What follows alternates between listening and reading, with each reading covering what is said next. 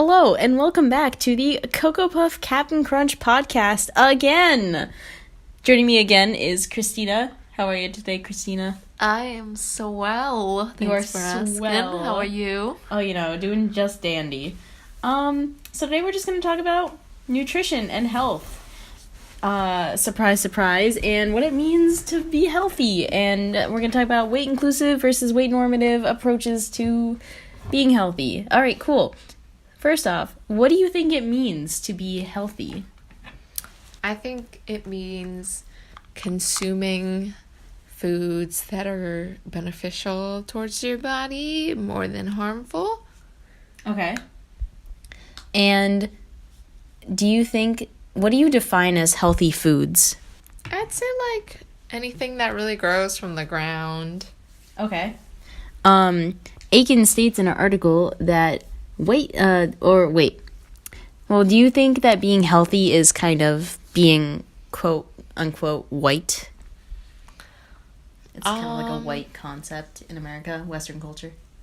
Yeah, I agree with that. I think in other cultures, at least in my culture, where are you from again? I'm from Taiwan. Oh, yes. So Eastern Asia.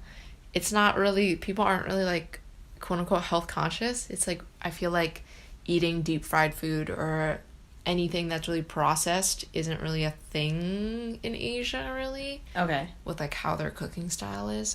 And Aiken states that Jones describes white people food as like salads, fruits, yogurts, cottage cheese, lean meats, and the standard low-fat, heart-healthy foods that are usually promoted by like the U.S. dietary guidelines. Would you agree with that? It's kind of I agree. Yeah. And she also states that there's nothing wrong with being nutritionally ambitious, but we've cultivated a health food culture that's unattainable for the multitudes who can neither afford nor identify with it. So she's talking about like how a lot of African Americans don't really identify with like the quote white people foods that are healthy. Mm-hmm. Can you see that kind of happening across the U.S.? Yeah, I can totally understand that. Do you think it's affordable / do you think a lot of people can get healthy foods? No, which is sad because it's actually really expensive. And just switching gears just a little bit, have you heard of like a weight inclusive or like weight normative approach to being healthy or losing weight or anything like that? I have not, but I'm gonna assume it's about just eating clean, and just because you're thin doesn't mean that you're eating clean and whatnot. Yeah, kind of.